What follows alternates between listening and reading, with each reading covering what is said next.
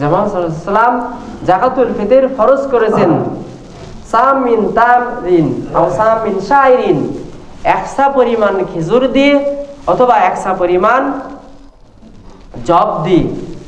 তাহলে বোঝা যায় যে মুহাম্মদ সাল্লাল্লাহু আলাইহি ওয়াসাল্লাম যাকাতুল ফিতর বা সাদাকাতুল ফিতরকে ফরজ করেছেন, এর হুকুম তিনি ফরজ করেছেন। যেটা কাদের কাছ থেকে নিতে হবে সেটার তিনি বর্ণনাও দিয়েছেন। তবে হাদিসে এতটুকু পর্যন্ত আমরা প্রথমে আলোচনা করব যে যাকাতুল ফিতর দেওয়া কেউ ফরজ বলেছেন, কেউ ওয়াজিব বলেছেন। সমস্ত হাদিস একত্রিত করলে যেটা মনে হয়, যেটা বোঝা যায় যে যাকাতুল ফিতর দিতেই হবে, এর কোনো মাপ নেই। বুঝতে পেরেছেন? যাকাতুল ফিতর দিতেই হবে। যে মুহাম্মদ সাল্লাল্লাহু আলাইহি ওয়াসাল্লাম এইভাবে বলেছেন, যে সাহাবীগণ বলেছেন ফারাজা রাসূলুল্লাহ সাল্লাল্লাহু আলাইহি ওয়াসাল্লাম, রাসূলুল্লাহ সাল্লাম ফরজ করেছেন মিনাল আবদি ওয়াল হুররি ওয়াল যাকারি ওয়াল উনসা ওয়াস সাগীরি ওয়াল কাবীরি মিনাল মুসলিমিন।